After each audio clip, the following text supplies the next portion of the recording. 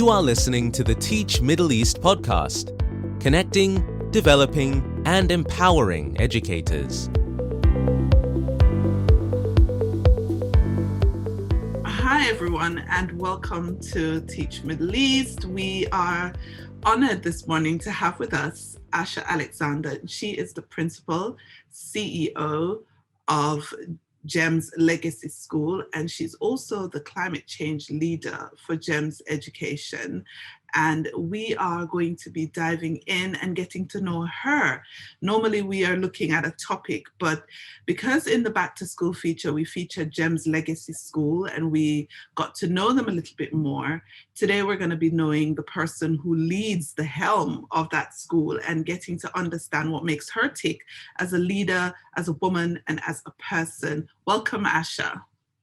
Thank you so much, Lisa. It's such a pleasure to be with you this morning.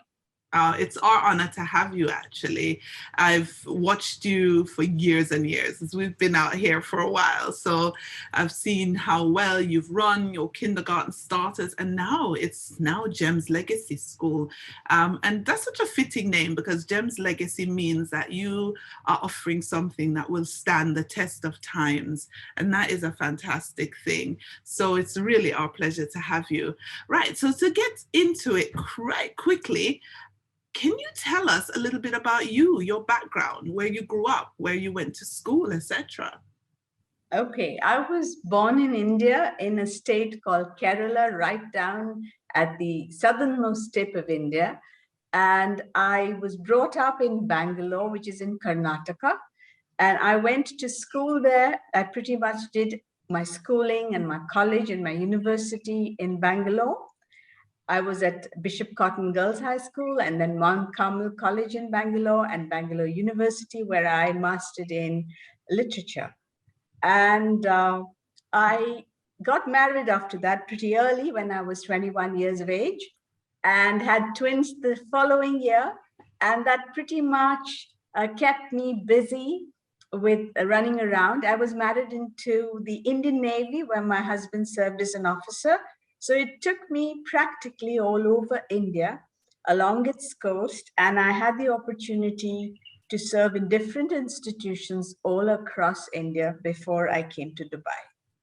Wow, she's a twin mommy, people like me. So we have that in common. And your time in Dubai started when?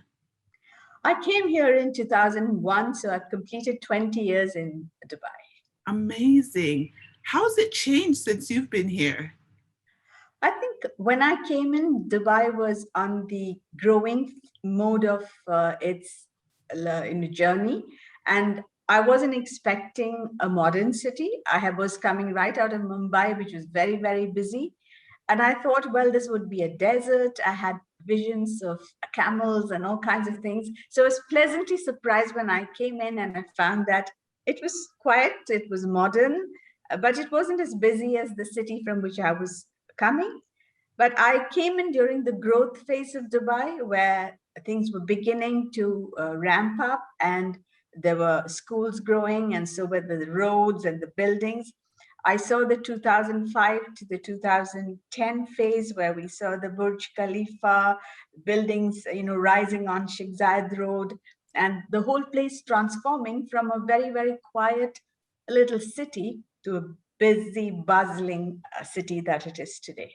Wow, that must be amazing to see. I came out here in 2010 and I've watched it change in the last 10 years. So I can just imagine what the transformation was like if I had come out here, say, for example, in 2000 or 2001. And in terms of education, like how has that changed since you've been out here? I think the inspection and the formation of the Knowledge and Human Development Authority has actually done a lot of good in terms of upping the standards in schools. Schools were at variable standards. I'm not saying they were not doing a great job. Some schools were really, very focused on the learning, but the standards that have been put in place has enabled teachers to focus on the academic aspects. Many schools were running on a managerial kind of roles where the leaders were looking at the functioning, the safety, all of which are important. but the focus on teaching and learning and pedagogy were not uniform, I would say, across schools at that point. Right. And so now it's really come a long way, would you say? Yes, it's really come a long way. And I would say there's, with Sharjah, Abu Dhabi having their own boards as well, the whole thing has evolved. There's a lot of focus on inclusion, which was not there initially. So, taking in children from all kinds of backgrounds, welcoming them and creating a really inclusive ethos was not a feature when I had just joined. Right, right. Let's go back. Let's go back a bit. I know we've veered off a little bit into what's going on in Dubai, but for you, when you were in school, who was your favorite teacher? Well, I've got to tell you, there were favorite teachers while I was in school. And then I looked at it differently when I stepped out to school. So I'm going to tell you both.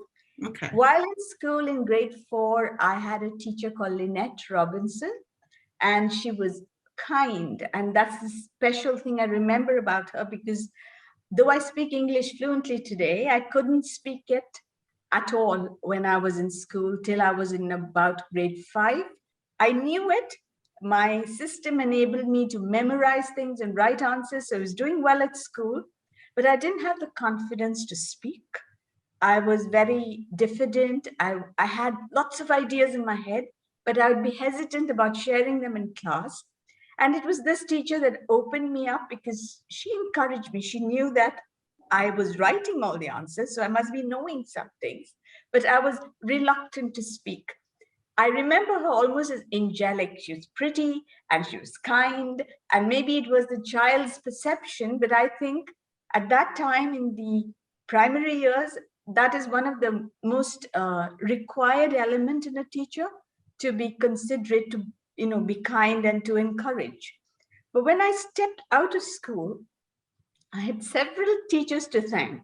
Among them, my PE teacher, who was responsible for me being punctual, to, I look at my posture, to being, particular about the things I do, for pushing me to actually attempt games like hockey and basketball, which I would never have gone near because I didn't think I was a sports person, but she felt that I had the potential. So there were several teachers like that who actually recognized potential, pushed me.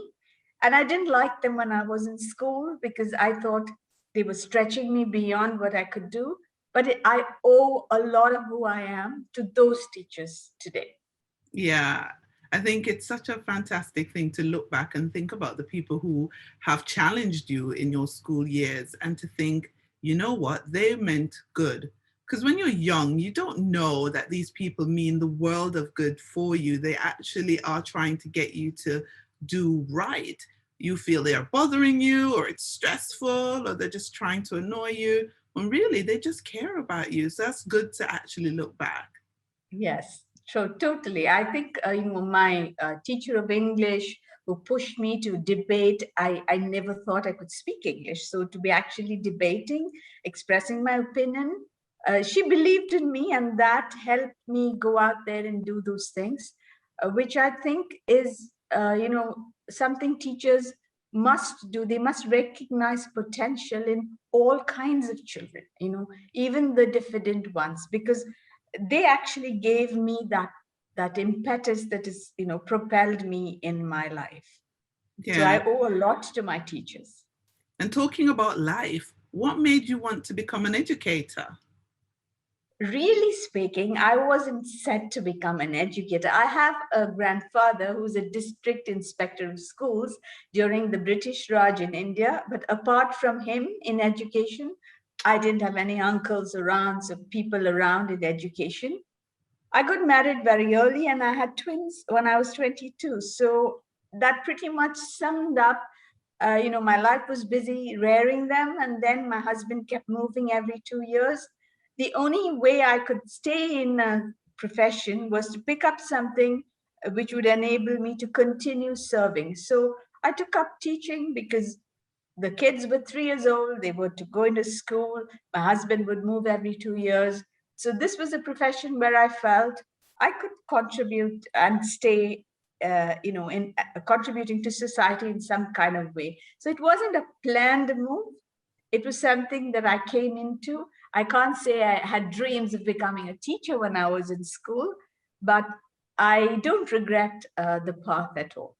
Yeah. Sometimes the path chooses us, right? Absolutely. Yeah.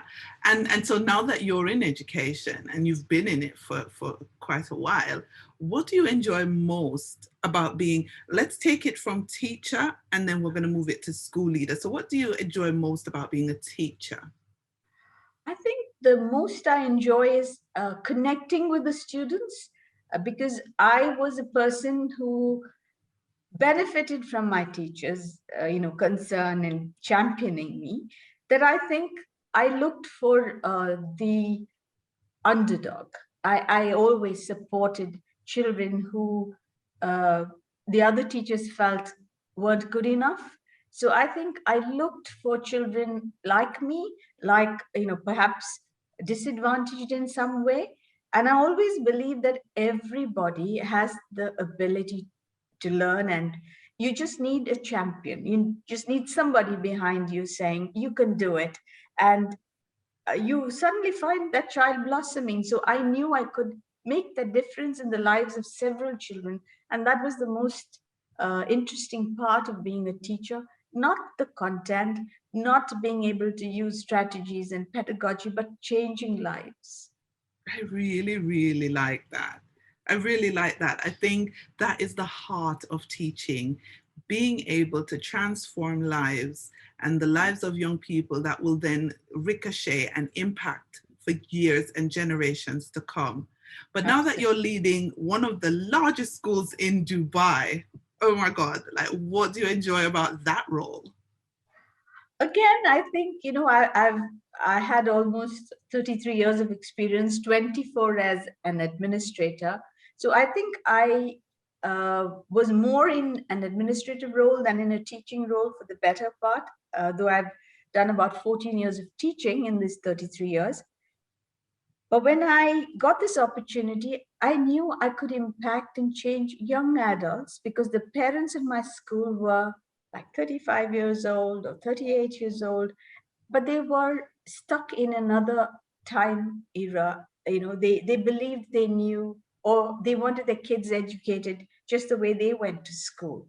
So when I came in here, I got an opportunity to challenge their thinking, to take them beyond that uh, mindset, to grow young teachers into leaders, give them opportunity to empower them.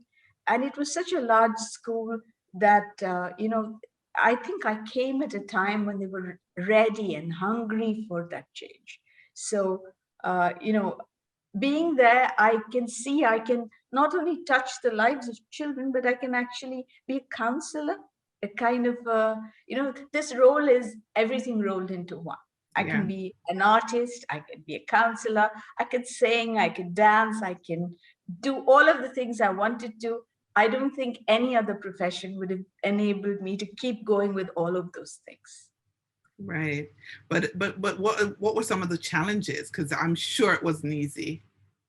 The challenge is, like I said, is the mindset of people, whether it was my governors or my management or my line managers or the teachers, they didn't want to change. They were pretty much like, the school is happy, we are happy, why do you want to change? We're just fine where we are. This school is a primary school and everyone should be just happy and, just do the things that they were doing. And I wasn't prepared to take them down that road. So I've been challenging the status quo from the time I entered. We moved from a textbook driven school to a digital curriculum. That was a huge change 9 to 10 years ago, when everyone was happy with the textbook. There were challenges in terms of learning about technology. Teachers were saying, why should we do this when other schools are not doing it? They couldn't see the benefit from it. But today, when we transitioned into this pandemic period and they had to move to online learning, my teachers were really, seamlessly transferring their roles. And the parents had us to thank, because We had the bring your own device policy. When I had grade 2 bringing in their devices, you can imagine parents very annoyed. What will they do with their devices? They will break it, they lose it. But children learn to be responsible and look after their devices. And it's a question of trusting them. So it's a constant challenging to break the status quo, whether it is with management or with parents, to change their thinking, because I never let it rest. I feel change should be such a constant that you shouldn't be trying to master outdated technology or outdated content. When everything is evolving around you, you need to continually challenge, and people want mastery. They want that, a period of time when they understand and they master and a content which is already outdated. So I keep stirring the pot, and I know that it's not a very comfortable feeling. And just like the teachers whom I didn't like when I was in school, perhaps they'll thank me later that I gave them the opportunity to explore new things and not rest content with what they already know and they're comfortable with. So constantly pushing them outside their comfort zone has been a challenge for me, because people don't like it. People don't like it, and they don't see the reason why they have to do something new. Yeah. So that's been the challenge. I'm wondering though, how do you help them to strive for excellence? Because you're going to meet resistance. So when you meet resistance in that whole change process, how do you overcome that resistance? What do you do? I think excellence is something that we must really redefine. When people compare themselves to others in their context, or they look at other schools, or they look at another child in the classroom, you're severely limiting your potential to excel, because you might be so much better than them. But if you're content marking yourself against somebody in your class, or someone in your school, or another school in Dubai, you're seriously limiting yourself. I encourage teachers and students to look at their own targets. How much have you improved against what you were doing before? And can you push yourself a little more down that line? Never mind whether you're better than the next person, or you might just be so much more than your environment and the people in it. So how can you excel, really excel, if you are saying, okay, I'm content, I've just become an outstanding school. Outstanding school according to what? According to the people around you, the schools around you. So I think the need for excelling happens when you're able to truly understand your potential and work down the path to make sure you do better than you did the last time. So whether you're a student in class, or a teacher in the school, or an organization in a place, try and see that, are we moving ahead and are we pushing our own targets? That's the only way to excel. Absolutely love that. So excellence is not marked by looking at what somebody else is doing. It's not marked by watching the bar set by someone else. It's marked by looking at how far you can push yourself, how much you can meet your targets, and how further you can go as an individual and as an institution. We're going to put that as a little quote. We love that. We absolutely love that. That is fantastic. And when it comes to your school, GEM's legacy, where do you see it going? Like, what visions, what do you have, in your mind as your targets for GEM's legacy school? I've always seen that the school should be something that meets societal needs. That's what is important for me. A value-based school, which is meeting the needs of society. And that should be my curriculum. And that's what I want to train children for. Children shouldn't be growing up learning English, math, and science, but they should be able to apply that learning in their context in schools that enables them to be ready and seamlessly transferring. So in my school, we have a problem-based learning at the heart of the curriculum, and it can be anything. I might look at poverty, or I might look at one of the SDG goals, and I'm saying, how do we solve them? What is the learning for if I can't apply it even now within a context. And I want children to understand that all our learning is meant for the needs of society, whatever they be. And so I prepare children to be ethical, to be, value-based, and then find solutions to problems. Because when you come out of school and college and you get into the real world, you're going to use all of what you have learned in terms of content to solve these problems. That's what life's about. There is a problem. It may be a personal problem. It may be a problem in an office. It may be a problem like the pandemic. How can I solve problems? So I want children to learn how to learn. That's important in my school. And that's the vision I have, that you must become a learner for life, not just as a cliche, but really teach them how to learn. And how to learn means asking questions, inquiring, failing again and again. I just enjoy that failure. I really enjoy. I take tests. I love tests, not because I want to get 90%. I want to know what I didn't know. At the end of the test, I want to know, what did I get wrong and what are the right answers? Because that makes me feel I have learned something new. So this is the kind of culture I'm trying to create for GEMS Legacy School. Make sure that it's a school that contributes to society because of the education we're giving our children. Fantastic.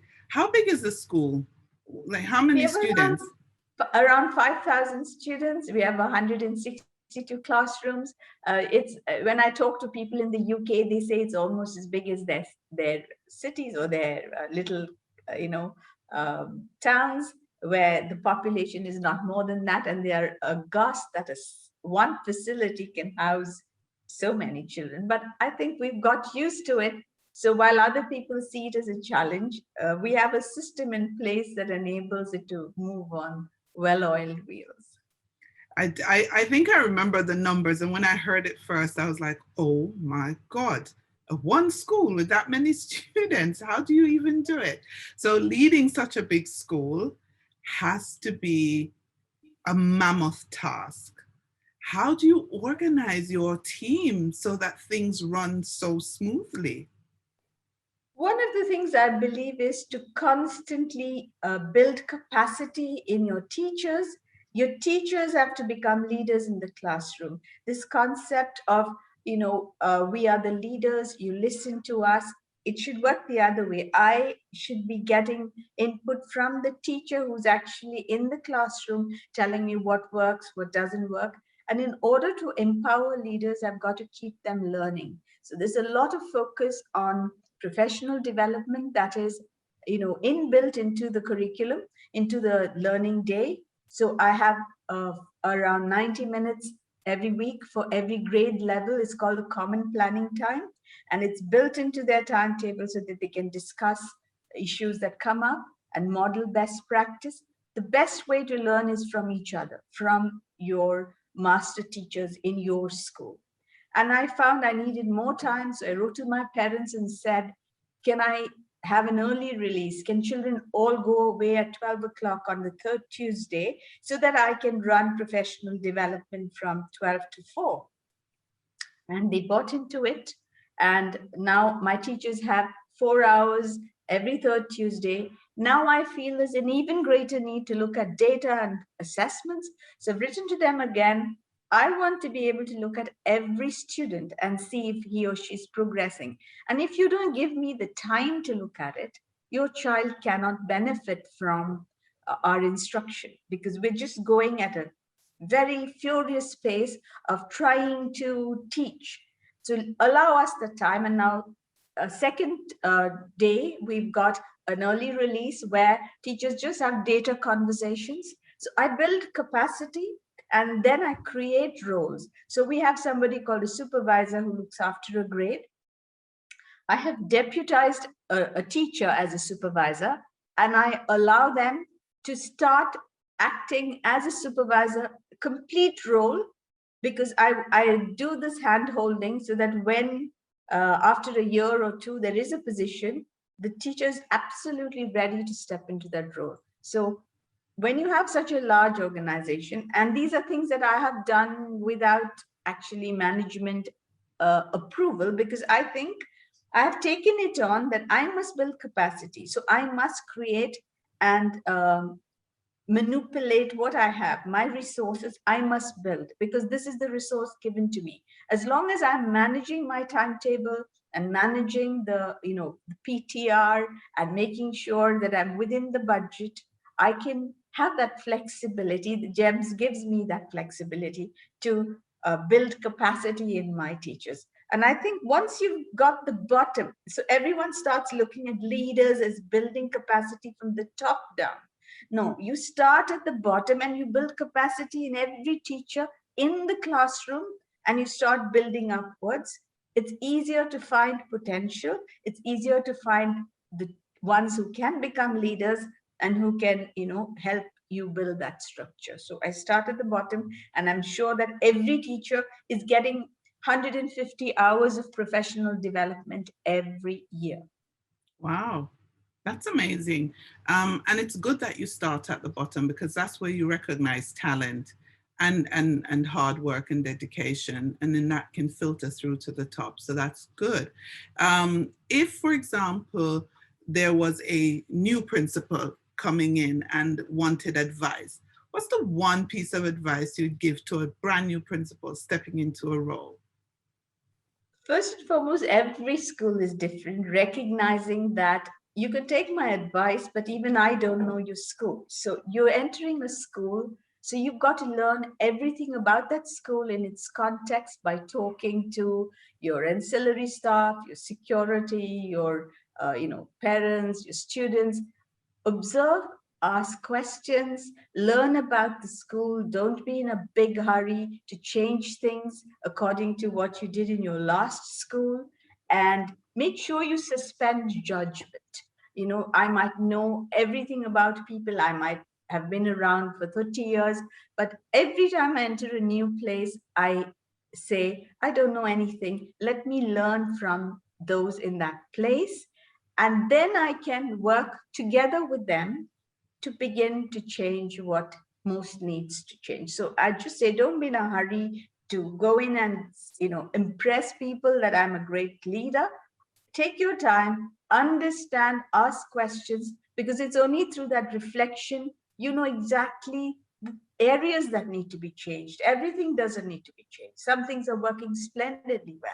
And you have to know your people, you know your clients, know your customers, know your staff, build relationships first, because without building relationships, you cannot earn their trust.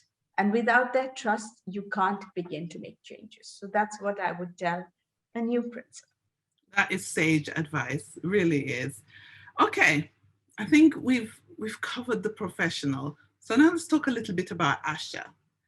Okay. You have a tough job.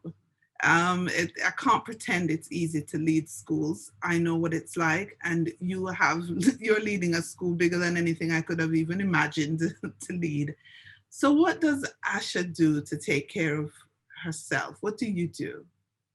I do a lot of things. If you're asking me, what do I do after school?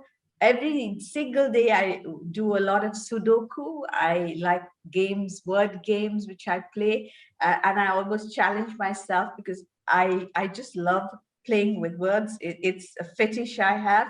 And most of my mornings go in that way. I enjoy cooking. I love gardening. I love traveling.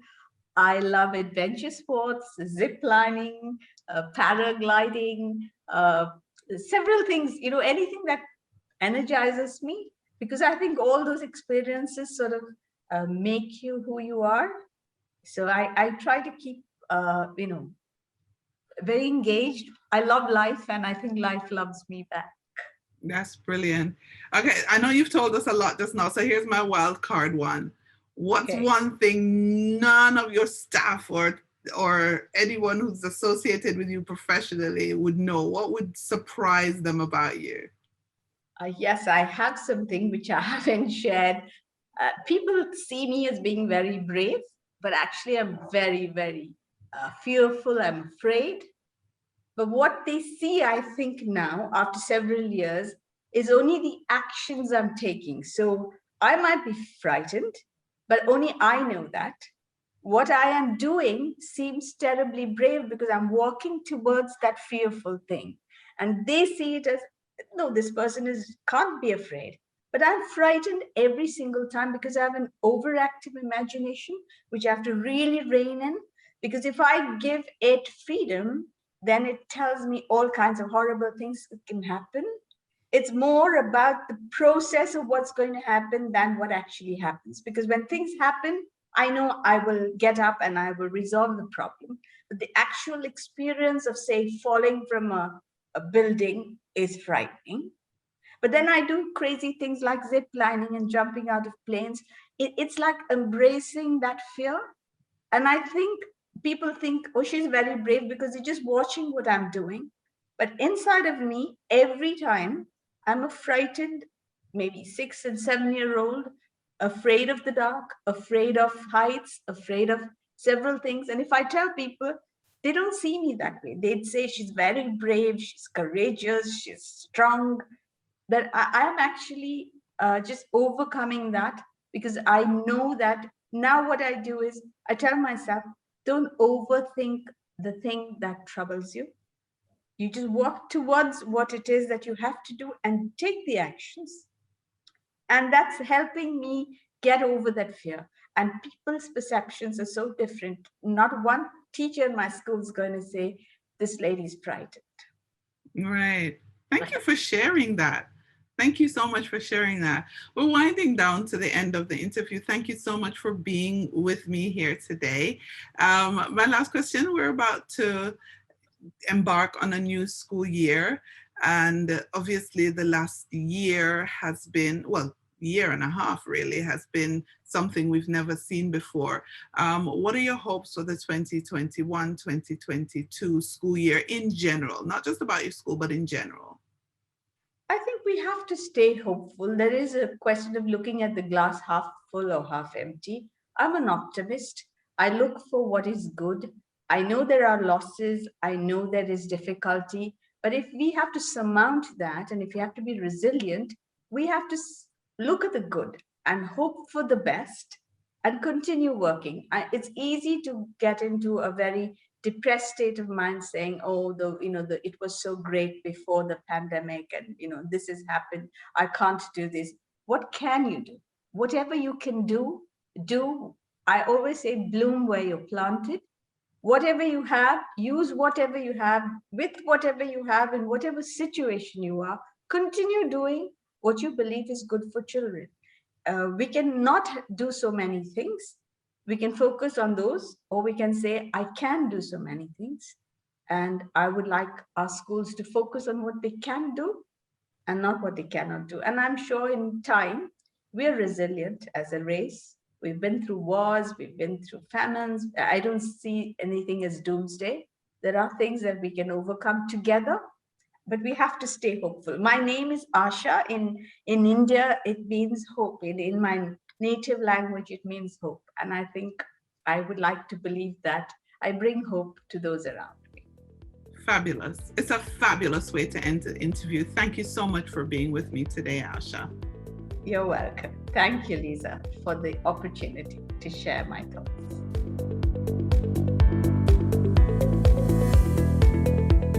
Thank you for listening to the Teach Middle East podcast. Visit our website, teachmiddleeast.com, and follow us on social media. The links are in the show notes.